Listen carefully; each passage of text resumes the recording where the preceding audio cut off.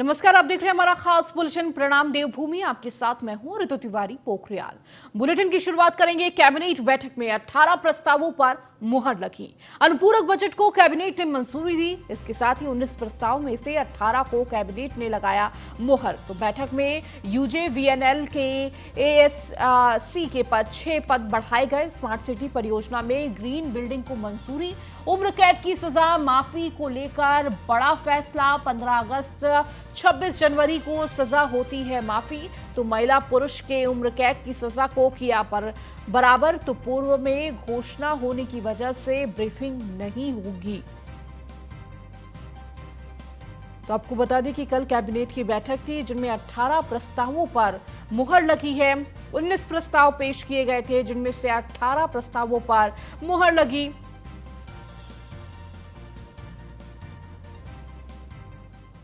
इकतालीसवें भारत अंतर्राष्ट्रीय व्यापार मेला 2022 आज उत्तराखंड सीएम पुष्कर सिंह धामी होंगे इसमें शामिल। उत्तराखंड दिवस पर सांस्कृतिक संध्या कार्यक्रम भी रहने वाला है। तो 41वें भारत अंतर्राष्ट्रीय व्यापार मेला 2022 यानी कि ट्रेड फेयर का आयोजन हो रहा है और इस आयोजन में उत्तराखंड के सीएम पुष्कर सिंह धामी शामिल होंगे।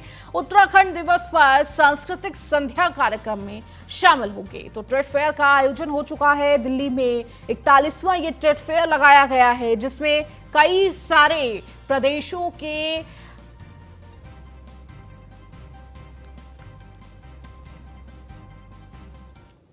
दिल्ली के छावला गैंगरेप मर्डर केस के मामले में उपराज्यपाल विनय कुमार सक्सेना ने 3 आरोपियों को बरी करने के खिलाफ दिल्ली सरकार द्वारा एक पुनर्विचार याचिका दायर करने की मंजूरी दे दी है। अब सॉलिसिटर जनरल तुषार मेहता इस सनसनीखेज मामले में सरकार का पक्ष रखेंगे। फरवरी 2012 में दिल्ली के छावला में हुए दुष्कर्म व हत्या के मामले में सुप्रीम कोर्ट ने बीते 7 नवंबर को इस गैंगरेप के 3 दोषियों को बरी कर दिया था, जबकि पहले हाईकोर्ट और निचली अदालत ने इन्हें फांसी की सजा सुनाई थी। कोर्ट ने कहा कि अभियोजन पक्ष पर्याप्त सबूत पेश नहीं कर पाया। छावला गैंगरेप और हत्या के मामले में 3 आरोपियों की रिहाई और सुप्रीम कोर्ट के फैसले के खिलाफ दिल्ली सरकार पुनर्विचार याचिका दायर करेगी। मामले का प्रतिनिधित्व करने के लिए सॉलिसिटर जनरल तुषार मेहता और अतिरिक्त सॉलिसिटर जनरल ऐश्वर्या भाटी की नियुक्ति को भी उपराज्यपाल ने मंजूरी दे दी है।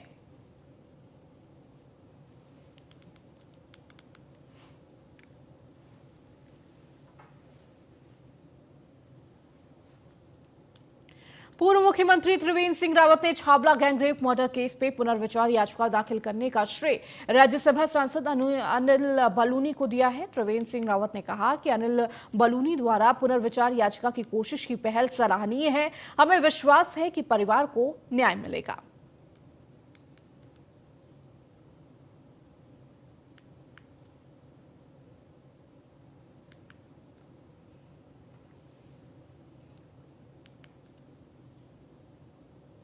तो छावला केस में पुनर्विचार याचिका दाखिल करने का श्रेय अनिल बलूनी को त्रिवेंद्र सिंह रावत पूर्व मुख्यमंत्री ने उन्हें दिया और कहा कि हमें विश्वास है कि पीड़ित परिवार को न्याय मिलेगा।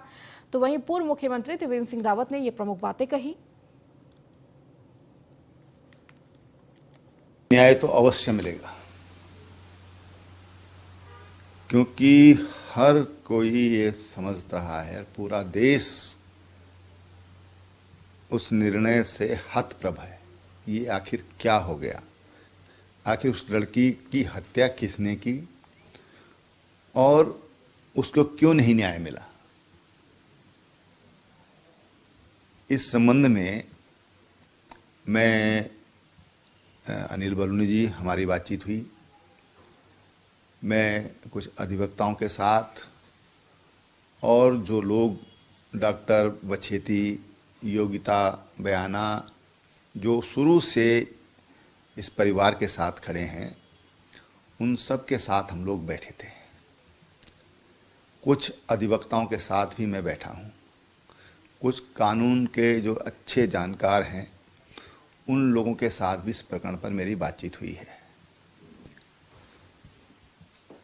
मैं अनिल बलूनी जी का बहुत धन्यवाद करना चाहूँगा कि उत्तराखंड की बेटी के लिए उन्होंने ठोस पहल की है। जनता तो साथ में है ही, लेकिन जो पुनर्विचार याचिका के लिए उन्होंने जो प्रयास किया वो बहुत ही सराहनीय प्रयास है। इसके लिए मैं उनको बहुत सराहना भी करूंगा और उनको अपनी शुभकामनाएं भी दूंगा। प्रदेश कांग्रेस द्वारा रेंजर्स ग्राउंड देहरादून से आज नेता प्रतिपक्ष यशपाल आर्य और पूर्व नेता प्रतिपक्ष प्रीतम सिंह के नेतृत्व में सचिवालय कूच किया।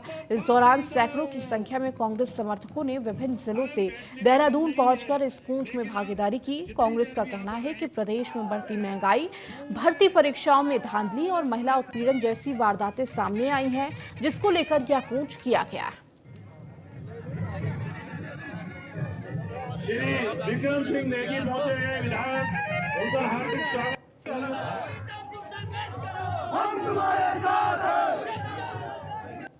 इन 9 महीनों में सरकार लगातार जन विरोधी निर्णय लेने का काम करती आ रही है। आपके सामने है, अंकिता भंडारी हत्याकांड होता है, पूरे उत्तराखंड की जनता कहती है, आवाम कहती है कि इसकी सीबीआई जांच होनी चाहिए। कौन वीवीआईपी जो वहाँ पर आने वाला था उसका नाम उजागर होना चाहिए। लेकिन सत्ता में बैठे हुए लोग उस हत्याकांड की सीबीआई जांच नहीं कराना चाहते हैं। उन लोगों को बचाना चाहते हैं जो लोग वहाँ पर आने वाले थे, जो वीआईपी वहाँ आने वाले थे। आपके सामने है यूकेएसएससी में जिस तरीके से भर्ती में घोटाला हुआ, भ्रष्टाचार हुआ और उसके केंद्र बिंदु को जो है हाकम सिंह बना दिया। क्या हाकम सिंह की हैसियत है कि वो इतने बड़े पैमाने पर पूरे यूकेएसएससी में जो है नकल रॉकेट चला पाता? किसका संरक्षण है? इसीलिए हम मांग कर रहे हैं कि इसकी भी सीबीआई जांच होनी चाहिए। विधानसभा में भर्तियां हैं, वो घोटाला भी आपके सामने है, किस तरीके से अपने चहेतों को वहाँ पर भर्तियां दी गई हैं। कानून व्यवस्था पूरी तरीके से ध्वस्त है। भ्रष्टाचार का आलम तो ये है कि पूर्व मुख्यमंत्री जो है सरकार को कटघरे में खड़े करने का काम कर रहे हैं। हमारे जो साथी पहुंचे हुए हैं वो अपनी बात पूरी तरह विफल हो चुकी है। सुमित भुल्लर हमारे प्रदेश में सरकार नाम की चीज नहीं है कांग्रेस के प्रदेश अध्यक्ष, जरा जोरदार तरीके से ताली और अफसरशाही बेलगाम हो चुकी है। जिंदाबाद, कानून व्यवस्था पूरी तरह ध्वस्त हो चुकी है। जिंदाबाद। रोज लगातार हत्याएं, बलात्कार, डकैती, चोरी की घटनाएं आम हो गई हैं। आज तक प्रशासन, पुलिस प्रशासन किसी का खुलासा नहीं कर पाया है। अधीनस्थ जन सेवा आयोग में जिस तरह से अभियुक्तों की गिरफ्तारी होती है और उसके बाद सरकार की लचर बहस, कानूनी बहस की वजह से अभियुक्त छूट जाते हैं और जो मास्टरमाइंड कहे जाते हैं वो आज शिक्षकों के बाहर हैं। हमने कहा था कि इसकी वर्तमान न्यायाधीश उच्च न्यायालय के निगरानी में सीबीआई जांच करे।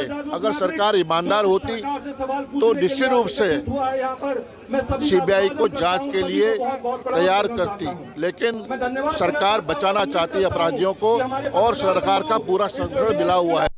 सरकार तो अंधी हो चुकी है, आंख में पट्टी बांधी है, कानों में इनके रुई ठूसी हुई है। इनको ना दिखाई पड़ रहा है न इनको सुनाई पड़ रहा है। इन्होंने अंकिता की वो जो चीखें हैं, गूंज है, उनको नज़रअंदाज कर दिया। कौन वो वीआईपी था जिसके लिए मजबूर किया जा रहा था अंकिता को? कौन था वो वीआईपी? उसका नाम क्यों नहीं बताती सरकार? कहाँ गई वो एसआईटी? एसआईटी ऐसी बनाई जो कह रही है कि वहाँ कोई वीआईपी आना ही नहीं था। हाई कोर्ट में जो उन्होंने अपना हलफनामा दिया, जो उन्होंने एफिडेविट दिया, उसमें साफ है कि अंकिता भंडारी के हथियारों को न केवल बचाने का काम किया जा रहा है, सारे सबूत नष्ट करने का काम किया जा रहा है। बुलडोजर किसने चलाया आज तक नहीं पता, फैक्ट्री में आग किसने लगाई आज तक नहीं पता, इसलिए हमने कूच किया। तो वहीं बीजेपी ने कांग्रेस के सचिवालय कूच को प्रीतम सिंह का शक्ति प्रदर्शन बताया। बीजेपी का कहना है कि इस कूच में कांग्रेस प्रदेश अध्यक्ष करण माहरा, पूर्व मुख्यमंत्री हरीश रावत और अन्य कई नेता नहीं पहुंचे। इसे आप कांग्रेस का कुछ नहीं कह सकते हैं। ये प्रीतम सिंह जी जो नेता प्रतिपक्ष रहे हैं और पूर्व में प्रदेश अध्यक्ष रहे हैं कांग्रेस के, उनका ये कूच है और वो उन्होंने अपना शक्ति प्रदर्शन दिखाया क्योंकि कांग्रेस में उनको शक्ति दिखाने की आवश्यकता पड़ रही है। कांग्रेस पार्टी उनकी शक्ति को नहीं देख पा रही है, इसलिए उन्होंने शक्ति दिखाने का काम किया है। और कांग्रेस में कहाँ नेता तो आपस में बटे हुए हैं। अगर ये कांग्रेस का कूच होता, कांग्रेस का प्रदर्शन होता, तो इनके पूर्व मुख्यमंत्री हरीश रावत जी उसमें होते, उनके प्रदेश अध्यक्ष करण मेहरा जी उसमें होते, उनके प्रदेश के प्रभारी उसमें होते। तो कहीं नेता नदारत, सारे नेता नदारत है। और एक उन्होंने अपने को स्थापित करने के लिए कांग्रेस में उनकी पूछ हो, इसके लिए उन्होंने ये शक्ति प्रदर्शन। वहीं उत्तराखंड सरकार के कृषि मंत्री गणेश जोशी ने सचिवालय में आज रेशम उद्यान और उद्यान विभाग की समीक्षा बैठक की और इसी समीक्षा बैठक में विभाग के आला अधिकारी भी मौजूद रहे।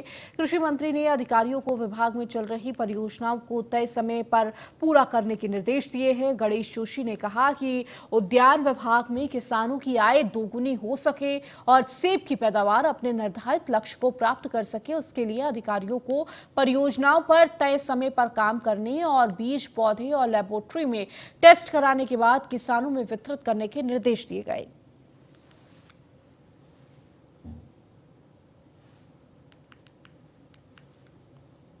मेन इश्यू जिसके लिए हम आज बैठे थे, क्योंकि अभी दिसंबर और जनवरी में सेब लगाया जाता है और हम जो लगातार मेहनत कर रहे हैं,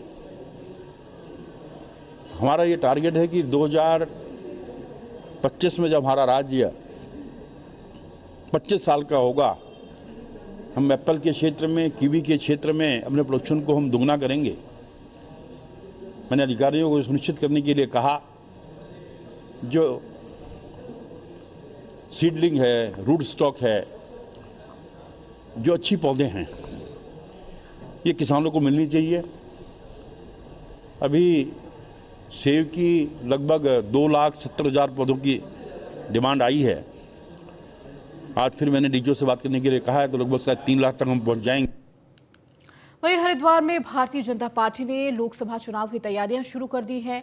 बसपा और कांग्रेस में सेंधमारी कर पूर्व केंद्रीय मंत्री और हरिद्वार सांसद डॉक्टर रमेश पोखरियाल निशंक ने करीब 300 लोगों को भाजपा की सदस्यता दिलाई। पार्टी के जिला कार्यालय पर आयोजित कार्यक्रम में सभी लोग बसपा और कांग्रेस पार्टी छोड़कर भाजपा में शामिल हुए। इस दौरान डॉक्टर निशंक ने कहा कि प्रधानमंत्री नरेंद्र मोदी की नीतियों से प्रभावित होकर आज अनुसूचित समाज से जुड़े लोग बसपा कांग्रेस छोड़कर भाजपा में शामिल हो रहे हैं। वो विश्वास दिलाते हैं कि इन सभी लोगों को आगे बढ़ाने का काम किया जाएगा।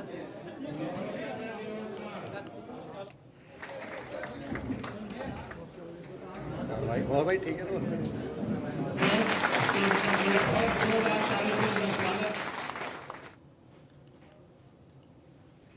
अल्मोड़ा के हेमवती नंदन बहुगुणा स्टेडियम में खेल महाकुंभ की शुरुआत हो गई है। इसका शुभारंभ कैबिनेट मंत्री रेखा आर्य द्वारा किया गया। हवालबाग ब्लॉक में सैकड़ों खिलाड़ियों ने इनमें हिस्सा लिया और इसी मौके पर मंत्री रेखा आर्य ने कहा कि प्रदेश में न्याय पंचायतों से खेलों की शुरुआत की गई, जिसमें आने वाले समय में प्रदेश से अनेक प्रतिभाएं अंतर्राष्ट्रीय स्तर तक जाएंगी। मुख्य अतिथि के साथ खेल महाकुंभ की शुरुआत आज जिला स्तरीय स्तर पर किया जा रहा है और निश्चित रूप से यह न्याय पंचायत स्तर से होते हुए, ब्लॉक स्तर से होते हुए आज अपने जिला स्तर पर पहुंचा है और कल को इस प्रतियोगिता से विजेता बच्चे जो है वो राज्य स्तर पर जाएंगे। मैं मानती हूँ कि खेल के प्रति हमारी सरकार जिस प्रकार से गंभीरता से हर कदम प्रयास उठा रही है, उसको हम यहाँ पे प्रत्यक्ष रूप से देख रहे हैं। ये बच्चे बिल्कुल न्याय पंचायत स्तर पर, ग्रामीण स्तर पर इन बच्चों को जो है अवसर दिया गया कि आप खेल में अपने प्रतिभाओं को आजमाने का काम करें और उससे चयनित होते हुए वे कल आने वाले समय में राज्य स्तर और आने वाले समय में जो है नेशनल स्तर पर या अंतर्राष्ट्रीय स्तर पर जा सके, उसको हम लोग सुनिश्चित कर रहे हैं। खेल महाकुंभ उत्तराखंड को 2025 तक देश के अग्रणी राज्यों में शामिल करने के लिए धामी सरकार चिंतन करने जा रही है। राज्य के विकास का रोड मैप तैयार करने के लिए सरकार का यह पहला चिंतन शिविर है।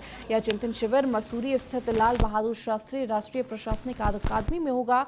सरकार ने सशक्त उत्तराखंड एक्ट 2025 चिंतन शिविर की तैयारियां कर ली है। 4 दिन तक चलने वाले शिविर का उद्घाटन मुख्यमंत्री पुष्कर सिंह धामी करेंगे। पहले दिन राज्य की आर्थिक और मानव विकास संकेतनाओं पर प्रस्तुतिकरण होगा। नीति आयोग के उपाध्यक्ष सुमन बेरी और अकादमी के निदेशक का भी व्याख्यान होगा। प्रमुख सचिव आवास आनंदन वर्धन, नीति आयोग के सलाहकार डॉक्टर कुंदन कुमार शहरीकरण पर वक्तव्य देंगे, तो प्रमुख सचिव पीडब्ल्यूडी आर.के. सुधांशु का व्याख्यान पर्वतीय क्षेत्रों में सड़कों के निर्माण में तकनीकी के बदलाव पर होगा। और इसी तरह शासन के अलावा अधिकारी अपने अपने विभागों से जुड़े विकास के रोड मैप को चिंतन शिविर में रखेंगे और इस पर विशेष चर्चा करेंगे। धन्यवाद। सीएम पुष्कर सिंह धामी की मेहनत और प्रयास का दिखा है असर। उत्तराखंड में 55 प्रोजेक्ट के लिए केंद्र सरकार ने 894 करोड़ मंजूर किए। पूंजीगत निवेश के लिए विशेष सहायता योजना में मिला है पैसा, तो जन सुविधाओं से जुड़ी 55 परियोजनाओं पर खर्च होगा पैसा। सड़कों, भवनों और अस्पतालों के विकास में भी खर्च होगी धनराशि। मेडिकल कॉलेज समेत जन सुविधाओं के विकास में खर्च होगा पैसा। इसके साथ ही 50 साल तक प्रदेश सरकार को नहीं देना होगा ब्याज।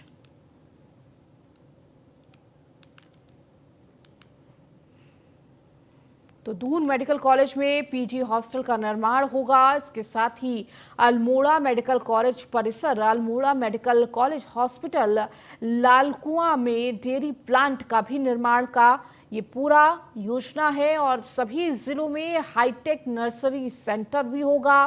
कालसी में हाईटेक पशु प्रजनन केंद्र बनाने का भी प्लान है। इसके साथ ही नैनीताल में 100 बेड का मासिक चिकित्सालय, दून में आईआरडीटी गैर आवासीय भवन निर्माण, तो भगवानपुर औद्योगिक क्षेत्र में drainage scheme, Ramnagar bus terminal, Rispana मार्ग, अल्मोड़ा मेडिकल कॉलेज, चंपावत एकीकृत मेडिकल कॉलेज, रुद्रपुर में 200 बेड का जिला अस्पताल, तो टिहरी में पशु चिकित्सालय, खटीमा में पशु चिकित्सालय का भी पूरा प्लान बनाया गया है।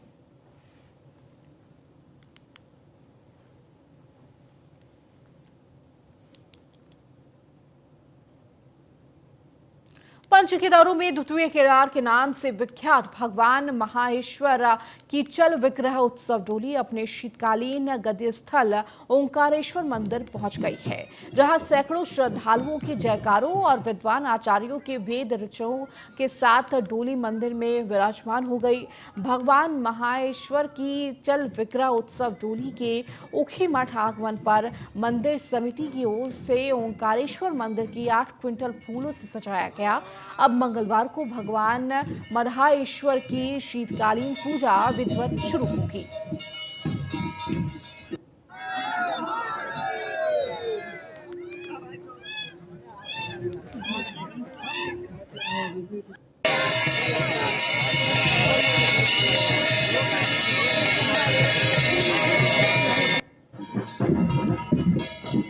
जो हमारा दलित समाज है, जो हमारा अनुसूचित जाति का समाज है, इन्होंने संकल्प लिया है कि भारतीय जनता पार्टी के साथ कंधे से कंधा मिला करके आगे बढ़ेंगे और इन्होंने मोदी जी के नेतृत्व पर भरोसा किया है। जितने काम इस समय हरिद्वार में हुए हैं, मुझे इस बात को कहते हुए गर्व और खुशी होती है कि पूरे प्रदेश में मेरा हरिद्वार जनपद नंबर 1। मुख्यमंत्री पुष्कर सिंह धामी के प्रयासों से अब सरकार से मिलने वाली 427 सेवाएं अपनी सरकार पोर्टल पर मिलना शुरू हो गई है। अभी तक करीब 3.5 लाख शिकायतों का निस्तारण भी हो चुका है। निदेशक आईटीडीए एडीजी अमित सिन्हा का कहना है कि सीएम हेल्पलाइन 1095 का भी ऐप लॉन्च हो चुका है। इसके माध्यम से भी लोग अब शिकायत कर सकते हैं। राज्य सरकार का फोकस है कि यदि हेल्पलाइन पर कोई संपर्क नहीं कर पा रहा है तो वो ऐप के जरिए, मैसेज के जरिए वो शिकायत कर सकता है। उस शिकायत को भी उनकी ही प्राथमिकता मानी जाएगी। अमित सिन्हा ने अपील की है कि लोग फोटो वीडियो के माध्यम से भी अपनी शिकायत भेज सकते हैं।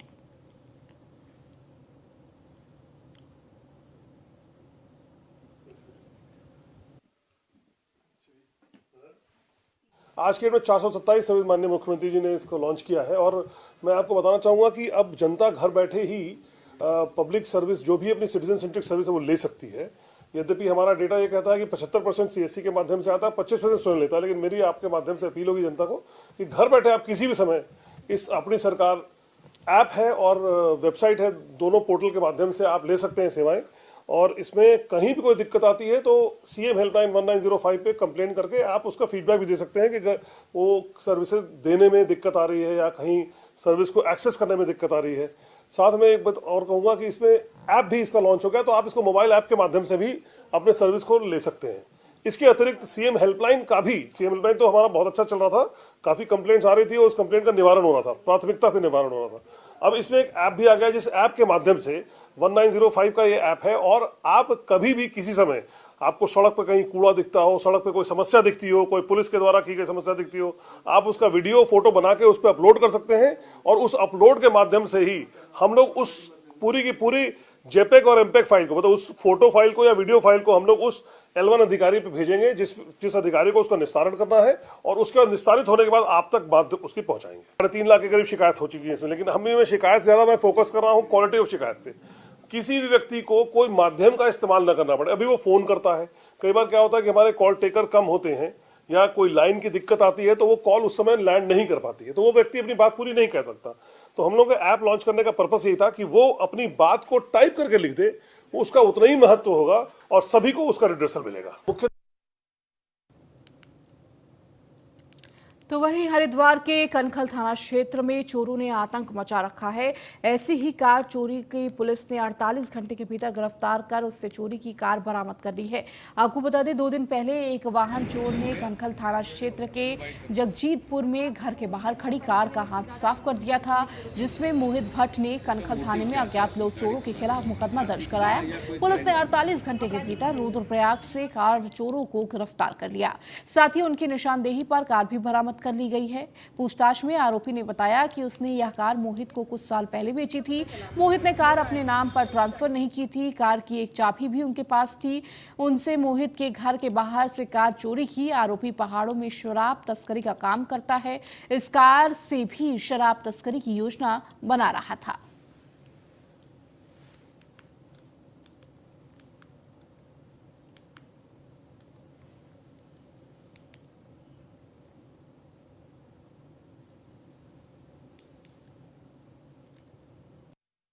गाड़ी चोरी का मुकदमा संज्ञान में आया था, जिस पर तुरंत मुकदमा पंजीकृत कर टीमों का गठन किया गया और टीमों को क्षेत्र में रवाना किया गया। चेकिंग के दौरान पता चला है कि एक अभियुक्त है, जिसके द्वारा वादी की गाड़ी को यहां से कहीं ले जाया जा रहा है, और उसको ट्रेस करते हुए हमारी टीम रुद्रप्रयाग पहुंची, जहां पर वादी के गाड़ी को मिलान किया गया तो सेम वाहन हमें मिला, और जिस व्यक्ति से गाड़ी मिली जानकारी करने पर पता चला है कि वह उसका ओरिजिनल ऑनर था। 2018 में अभियुक्त द्वारा वादी को गाड़ी बेची गई, परंतु गाड़ी के कागजात अभी तक ट्रांसफ़र नहीं हुए थे। इसी चीज़ का फ़ायदा उठाते हुए अभियुक्त द्वारा गाड़ी को चुपचाप आकर के यहाँ से ले जाए। चलिए, इस बुलेटिन में फिलहाल इतना ही। बने रहिए न्यूज़ 1 इंडिया के साथ।